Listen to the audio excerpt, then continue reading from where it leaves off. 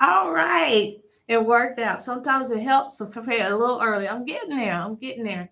Thank you all for joining me again in the room with a special agenda. And because I did my greeting that I've been working on for a while in sign language and I didn't do it before, I'm still working on getting there where I'm doing most of, if not all, in sign language.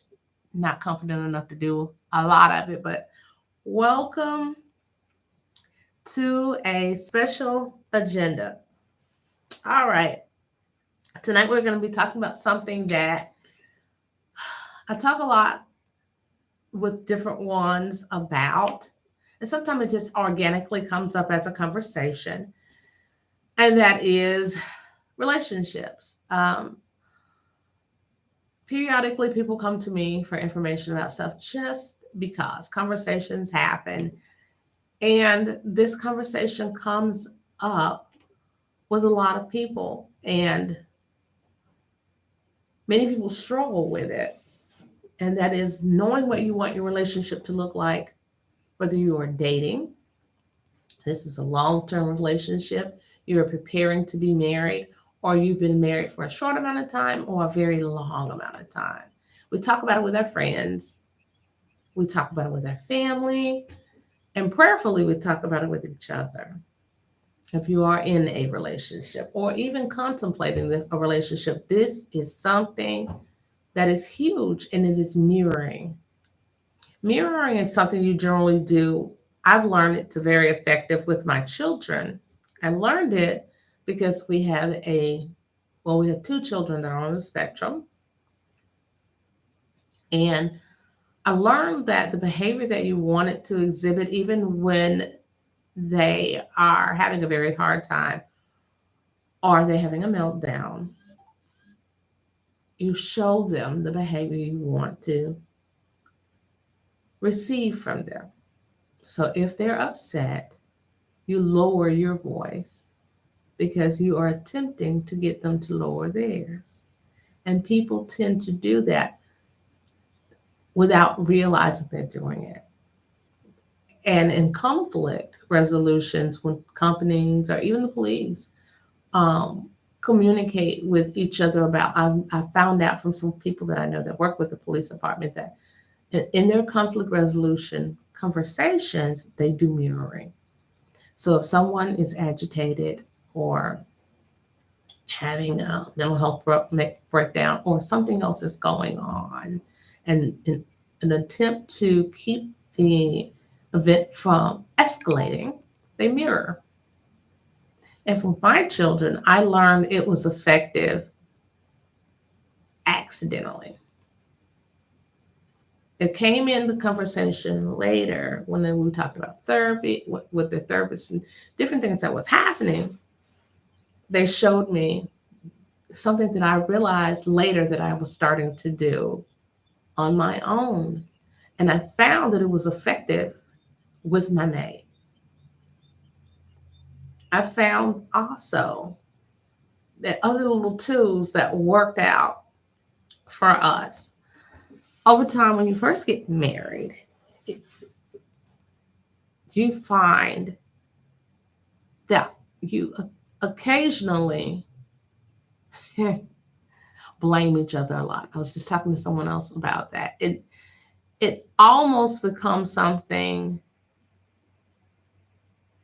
that you don't realize you're doing because everybody wants control of everything. And the longer you've been with someone and the more you love them, you want to control the situation.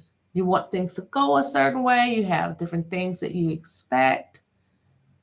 With your children, you want to do it because you feel like you need to control their life to protect them, to guide them. You're helping them to learn to think for themselves. But we get carried away in the process of trying to make sure that we can control every little thing till sometimes we're overpowering them. We're trying to overpower their reasoning. And we forget how important it is that in the teaching process, you're supposed to be guiding them so they can use their own reasoning. And with our mates, we begin to believe that what they're doing is a reflection of us. So we start trying to control them without realizing what it looks like. We forget that they're individuals too, and that we love them, but we're not their parent. And trying to control someone implicitly in all their actions, you're trying to change everything about them unintentionally. So we forget what that looks like. We want them to do everything that we're trying to guide them towards without realizing what that must feel like for them. And this is going to trigger and maybe offend some people, but I'm going to say it. It's a form of disrespect. I'm going to let you sit with it for a few seconds. It is a form of disrespect. I say that because if we were to put that in the mirror for ourselves, what does this feel like? If we were to receive what we were doing. And at the point that you're doing this to each other, you're trying to destroy who this person is. When you marry them, one should consider that no, they're not perfect, but neither are we. It took me a while when I first got married to realize he had a right to his own mind. He had a right to feel like he felt about things and people. He had the right to enjoy what he enjoyed, as did I. So I'm not saying that as a woman, you shouldn't do that. I'm saying neither one of you should do that to the other person. Because if that's what you're doing, at some point you become at fault with each other. You become displeased. Because many of us, if we saw someone else that we knew but did not live with, did not feed, did not clothe, was not responsible in any way for their life, we would not try to control all the things that make them them. When I first got married, it's funny now, but wasn't then. And I didn't recognize it. It takes some growing up as you get older. Certain things you start to come into awareness of. But I didn't realize that all the things that bothered me were just differences in our personality. And that in some ways, I was being unfair and didn't realize it. See, what sounds like advice can become agitation if one spends their free time constantly taking apart this person's differences. I didn't realize, and we're gonna have to tussle about this one, that one could give advice to the degree that they are bullying.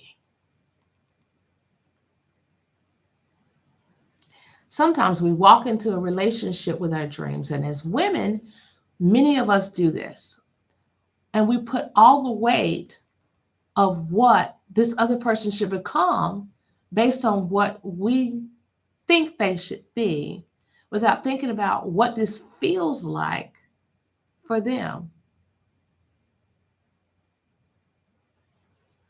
Why should this person make all of these changes if it doesn't harm your household? It's wonderful to be your mate supporter. It's wonderful to be their encouragement. But all pressure isn't good pressure. Conversation should be supportive. Conversation should also be solution based. I realized as time went on, the conversations that we were having that were prolonged conversations, other people would call them arguments, prolonged conversations where we weren't reaching a solution. Bringing up a pattern of behavior, one understands that. But how are you planning to solve it?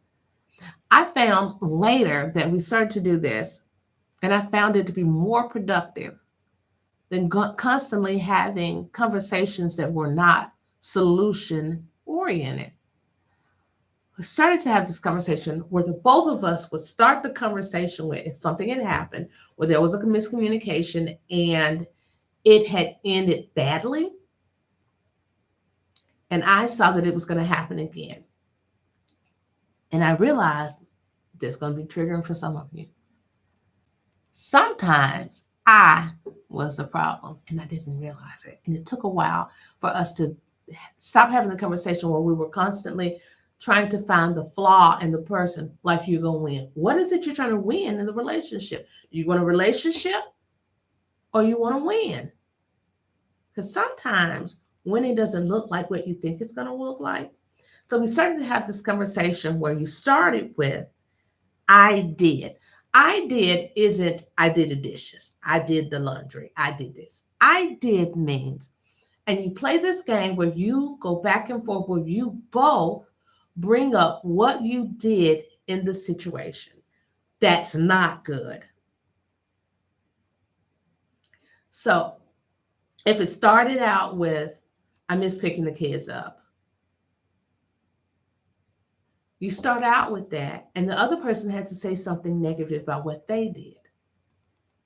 And you keep going back and forth with what you did that was negative, and the other person goes forward with what they did that was negative. Then you can have a solution of, okay, so we both did this. Now we can solve this.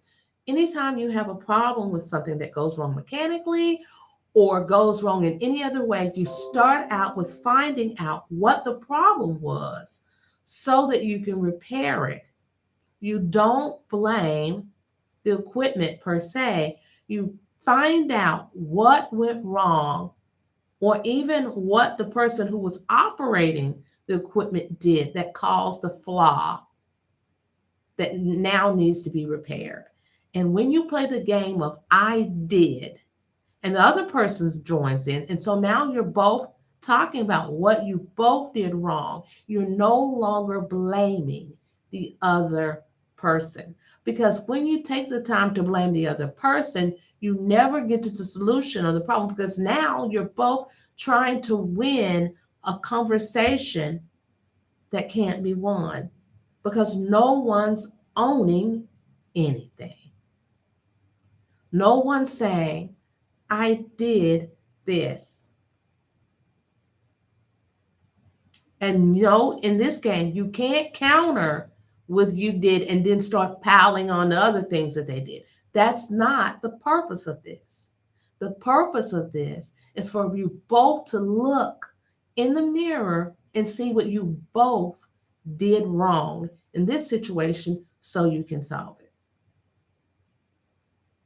See, things got better as time went on with my husband and I when we both began to see each other as a person, not as their property, not as my property, not as someone I have the right to control. Yes, what we do affects the other person. We have to start there.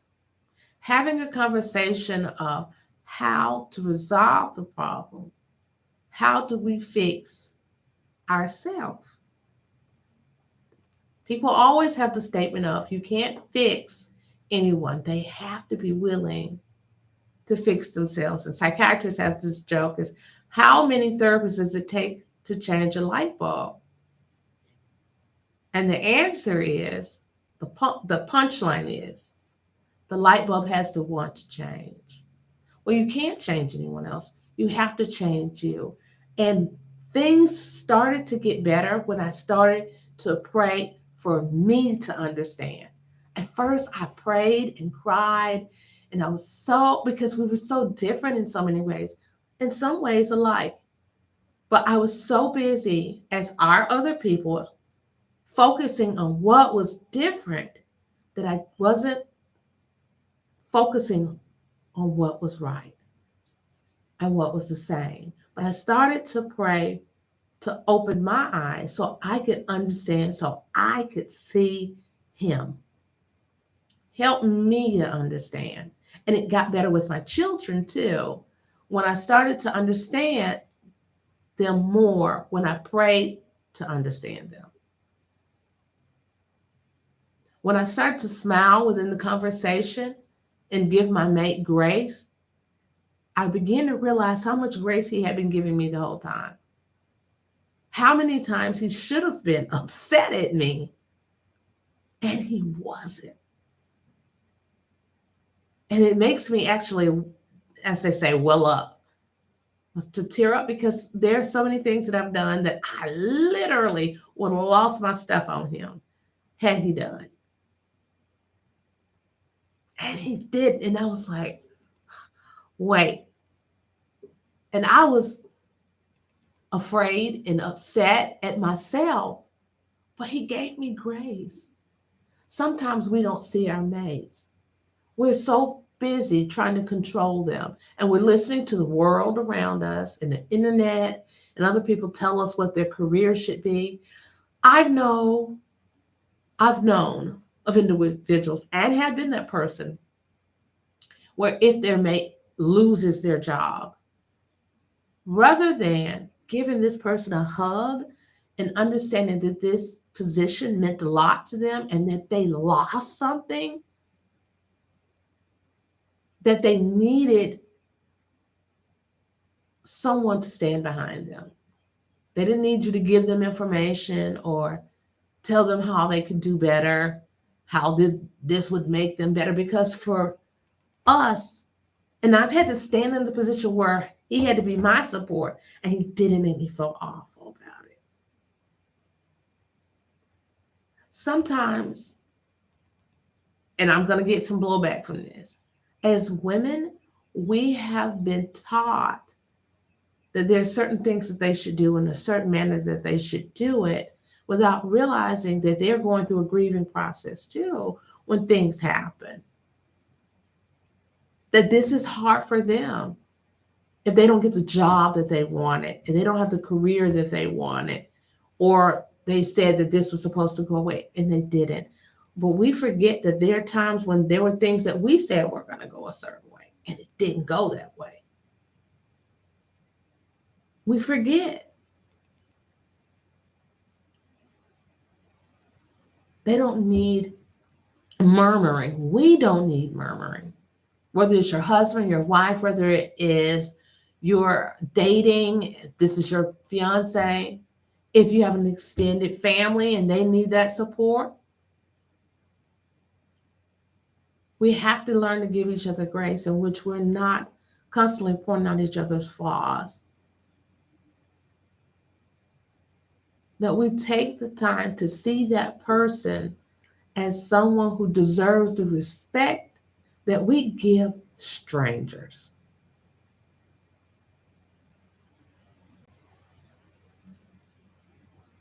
I remember working at this particular company, and there was a young person who didn't enjoy reading.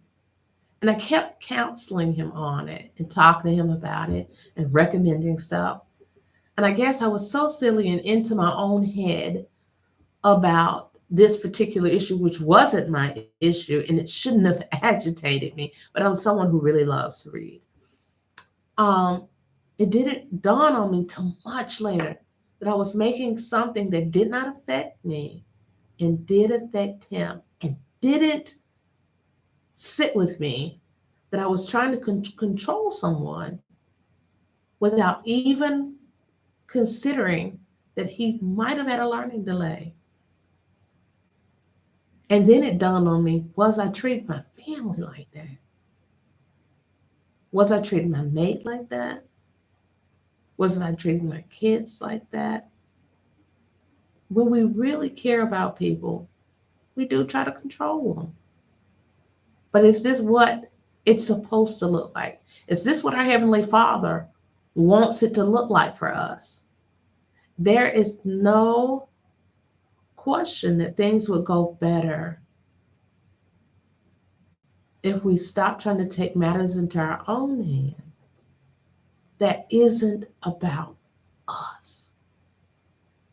Oftentimes, when we're in relationships, we make everything about us. And we forget that our mate had a life before us, and likes and dislikes, and a right to decide that something that they said that they were going to do, or that they were at one point interested in, has the right to change their mind about it. Because even though we are, if you get married, one, or if you're getting in a relationship where it's become serious, or this is your fiance and you are getting ready to form one union, or you have an extended union because you still have a connection with um, your ex-wife or husband, or the mother of your children or the father of your children. If it is not for their safety or the well-being of your children, they have the right to choose to form their life in a way that's not unhealthy, but theirs. We have to be mindful that everything isn't about us. And our Heavenly Father doesn't try to control every aspect of our life. As long as we're doing things by Bible standards, and we are doing things that don't break his commandments or the law, one should be allowed to live their life in a way that brings them peace, that makes them personally happy. Everyone should have some control over their life and shouldn't have all their failings pointed out, because we have plenty and we forget.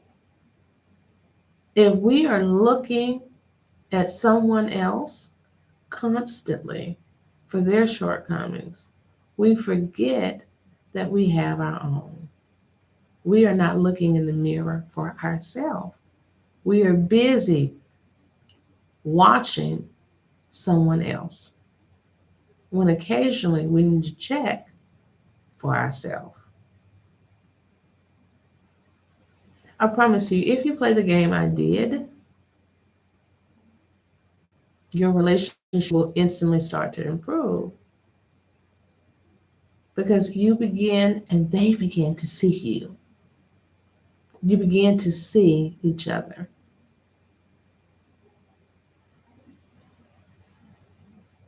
You will begin to give each other grace.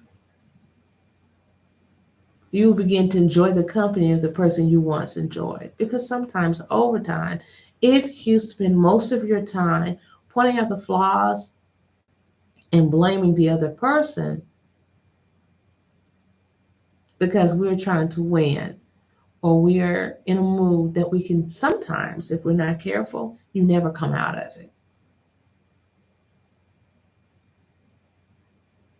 You never come out of that mood if you're constantly making everything that goes amiss in your relationship the other person's fault. or understanding that it was a miscommunication or an error. I found it funny that we often ask for God's forgiveness,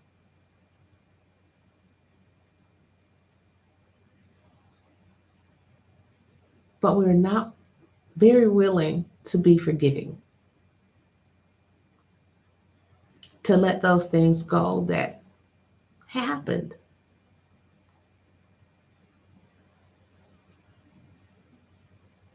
Because we're human. And if we're honest, because we're not perfect, we're required to give what we're asking for.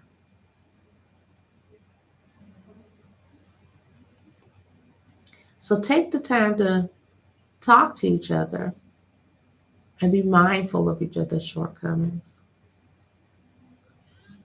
And don't deny each other human connection and communication because you're upset. There's a reason the Bible tells us not to go to bed angry.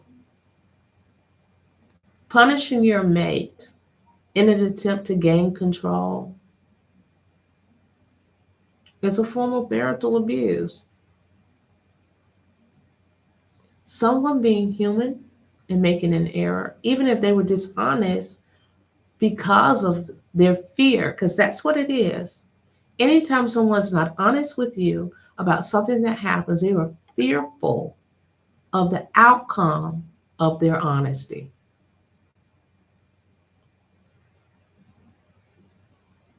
When children do that, if you do that at a traffic stop, if you go to court and do that, the reason one is dishonest about the outcome of something that they did was because they were afraid of the outcome of their decision or action. But if you're honest with your mate, if you all are able to communicate with each other and say, okay, well, let's play I did. Because I can guarantee you there is not one day that we have that we're perfect all the way through. So even if your mate has done something, you at some point during the day have done something too, whether you disclosed it or not, whether you felt like it was a small thing and it wasn't something that mattered. If you start being mindfully and intentionally honest with each other and have solution-based conversations and say, this happened, we need to fix this. I know I did this, but can you help me? If you start to view each other as each other's help also.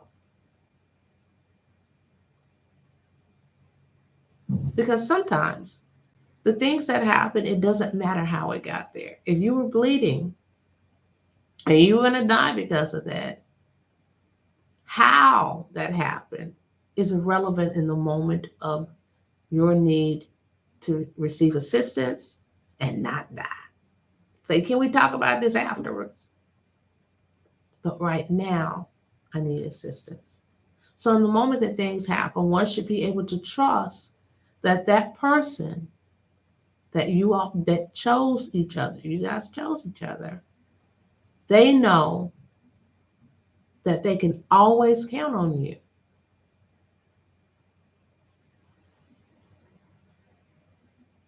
You shouldn't have to tread water alone.